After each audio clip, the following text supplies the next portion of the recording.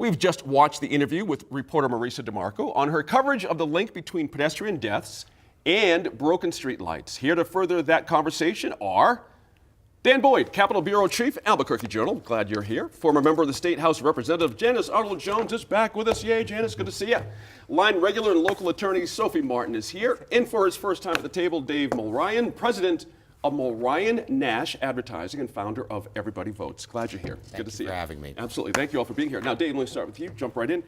What about Marisa's reporting in her interview that caught your ear? What about, there was a lot there to kind of get into. There was a lot there, but the major thing was when you look at darkness in an urban setting, it is not a good thing. Right. I mean, it is good for criminals. It is really hard to see pedestrians. It's dangerous. Yep. I mean, Albuquerque as an urban area needs to be lit up like a Christmas tree because nothing bad happens in the light. Lots of bad things happen in the dark. Yeah, I hear that. Janice, what jumped out for you on that report? Well, I'm going to say I know too much about this. I just want to stomp my feet because Marisa is correct. This is not new. Right. As a city councilor, I left notes for my city councilor. She is still fighting it. Wow. But what is happening is you as a citizen, at this moment, are expected to know who owns which streetlight. What an unreasonable position. Right. Now, I talked to both of them because I do know. And PNM has a page, let me give it to you, pnm/streetlights.com. Okay. Or it's pnm.com/streetlights. Okay. They have a map. We have a map. Each one of those things require that you be on the computer. Well, I'm here to tell you that as a city councilor, when I called for a South Valley issue where there was no light, a cul-de-sac, elderly citizens, they don't use the computer. They called, and here's what happened to them and to me. I called 311. Well, you have to talk to the city. I called the city. They said, you have to talk to PNM. I talked to PNM. You have to talk to the city. I talk to the city. You have to talk to PNM. There is no ownership, right. and that's the problem. And I want to put on the table that this is quite historic. It goes all the way back to tariffs as to why PNM owns some lights and the city of Albuquerque owns others. But I don't want you to just beat up on PNM because when copper is pulled and they're replacing a light and they're very proactive, in order to do significant repairs, then they have to go to the city to get a permit. I see. Can you say convoluted process? Right. And I'm calling the mayor out right now. It's time to own this. It is time to come together and figure out why this is happening, because I agree with everybody. Lights are important. Yep. And there is a subset here. So in the International District, the highest number of pedestrians, also the highest number of pedestrians not crossing at a corner. True problem. Yes. And the highest number of pedestrians who are impaired. Yep. But let's face facts. If you know that is your high pedestrian area, there are other answers. And That's in right. fact, here I am now going on since 2013 and before, and it is not fixed. And not even close. No. Exactly right. Dan, one of the interesting bits that Marisa pointed out was money had been allocated, money had been unspent, money went back to this mysterious general fund. Kind of speaks to an issue we have here about capital outlay and how things get done. You know what I mean? You would think streetlights would be an easy one to get our arms around, however. It's not like building I a think bridge. that's the frustrating thing, like Janice mentioned, just this coordination between government and other private entities. And obviously in this case, that's been lacking. I mean, and I think that's, I'm sure for residents there, the fact that a problem has been identified, money's been out there, but it's gone unspent. I mean, Right. that's the...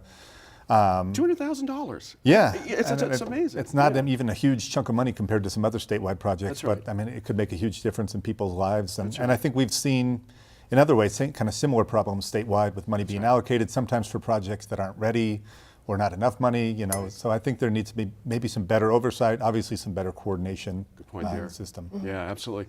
Sophie, when you think about it, the idea that, as was pointed out in the interview with Matt and Marisa, that these folks walk a lot more than other parts of the city, but they have the worst lighting. Those two things together are a recipe. I actually live just a couple of blocks from the You're in the butter, International yep. District, and it is noticeable. It is profoundly noticeable. On one side of San Mateo, bright lights Right. all over the place, every block. You cross over, and it is clearly much darker. Wow. It is much harder to see the houses around you, the people around you. It is stark.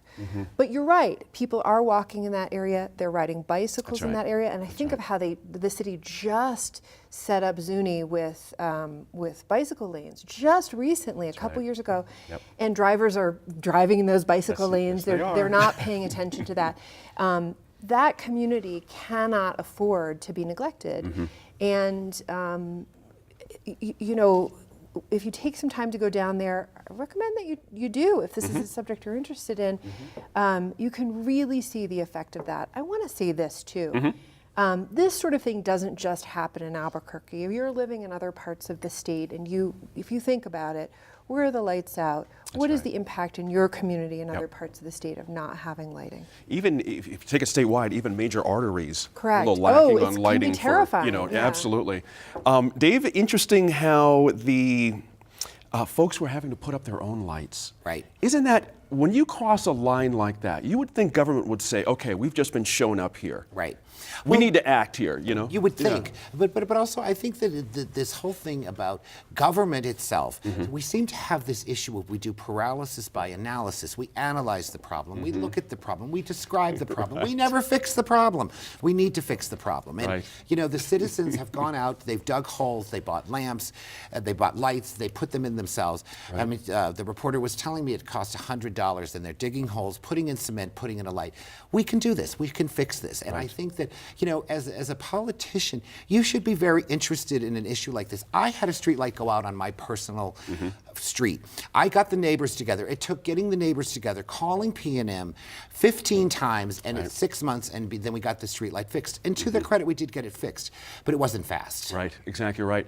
Go ahead, I Janice. would say so. Yeah. There are other things, and that's why I say we have to decide who owns this. Right. So for P&M, their line crews by law have to do this. If there is a power outage, they are taken off of fixing lights. A real problem. And I also want you to look at the chart, because if you look at where P&M's lights are, it is based on our permitting process. And quite frankly, we have an equal number of lights every place. It's very, very methodical. If you look at where Albuquerque, the city of Albuquerque has added lights, then you have a beef. And it is a big one. And since I have myopia, having light is really important. Really, really important. And the fact that we have not done this just makes me kind of crazy. 260 lights are out right now, but citywide. wait. 260, that's amazing. And here's the other rub.